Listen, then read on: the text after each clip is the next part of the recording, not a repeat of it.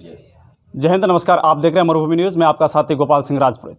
इस वक्त मैं मौजूद हूँ गुड़ामालानी में, गुड़ामालानी के विश्वकर्मा मंदिर में, जहाँ पर भारतीय जनता पार्टी के तमाम कार्यकर्ता और सुतार समाज के तमाम पदाधिकारी और वो लोग मौजूद थे और कहीं ना कहीं एक जो मूल ओबीसी वोटर्स है उनको साधने की तमाम कोशिश है वो की जा रही है।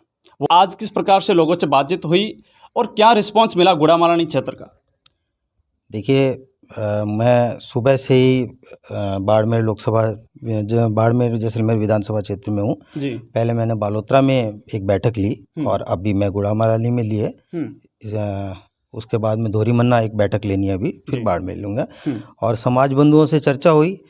प्रधानमंत्री मोदी जी का जो देश को आगे ले जाने का विज़न है, उन सब बातों को, अब तक उनकी की गई योजनाओं को, विश्वकर्मा योजना को लेके इन सब लोगों से बातचीत की गई।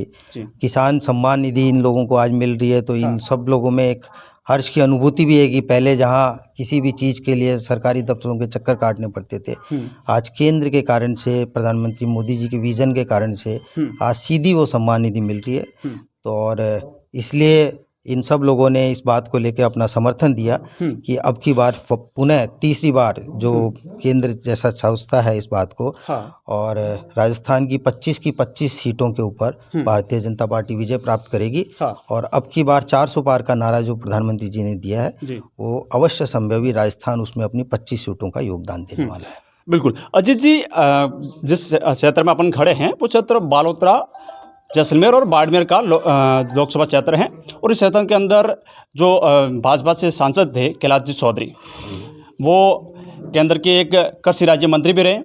कृषि राज्य मंत्री रहते हुए उन्होंने बाड़मेर जैसलमेर को क्या सौगातें दी हैं जिसको लेकर हैं वोटर्स उनकी ओर दोबारा रुख कर पाएँ? देखिए, केंद्र की सभी योजनाओं का क्रियान्वयन यहाँ बहुत सुचारू रूप से हुआ है। उसके बाद में जो ऑयल की रिफाइनरी का काम है, रोड का काम है, अभी जो दोनों जो मुख्यमंत्री जी के साथ में मिलके जो ERCP योजना और कड़ी से कड़ी डबल इंजन की सरकार बनी हुई रहेगी, तभी योजनाओं का बहुत सुचारू क्रियान्वयन इस क्षेत्र की जनता को हो पाएगा और मरुभूमि पुनः एकदम शानदार तरीके से हर चीज़ को लेके लाभान्वित हो पाएगी। क्योंकि ये लोकसभा क्षेत्र बहुत बड़ा है।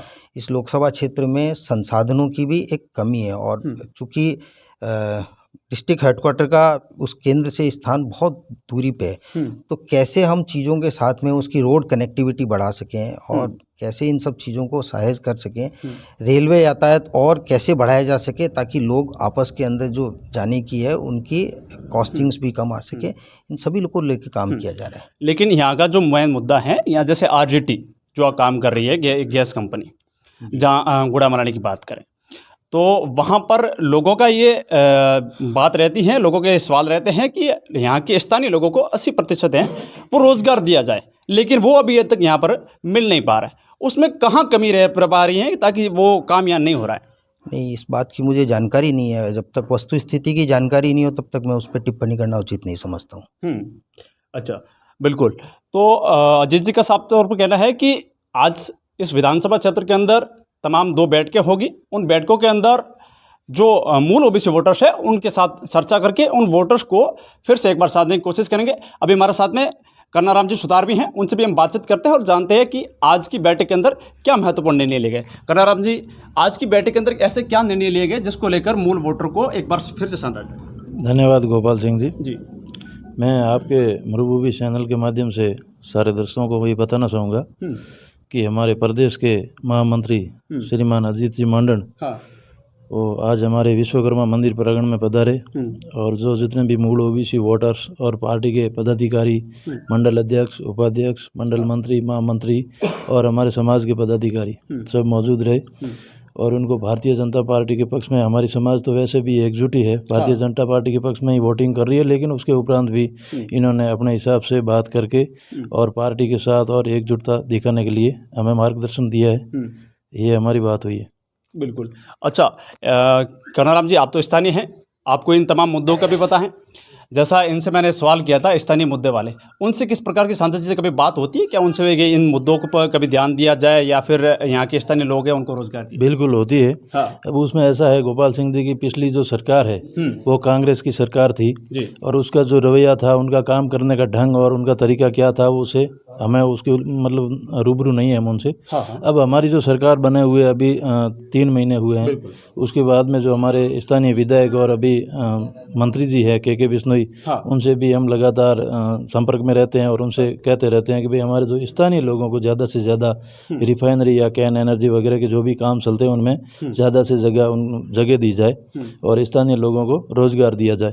इसके लिए हमारी ये चर्चाएं भी होती है। लेकिन अभी सरकार को चेंज होते हुए सिर्फ 3 महीने हुए और अभी ऊपर लोकसभा के इलेक्शन है। इसके बाद में जैसे ही इलेक्शन हो जाते हैं और हमारे कैलाश चौधरी यहाँ से जीत के जाते हैं तो उसके बाद में हम इस मुद्दे को लेकर के और ज़ोरदार तरीके से उठाएंगे।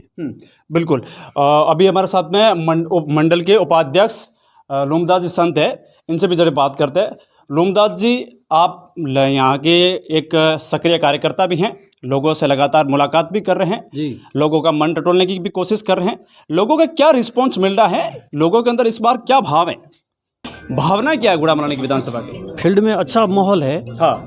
और लोगों की भावना अच्छी जुड़ी हुई है। हाँ। बीजेपी सरकार से जुड़ी हुई है और सभी कार्यकर्ता एक तरफ होकर के प्रयास भी कर रहे हैं और अच्छा माहौल है।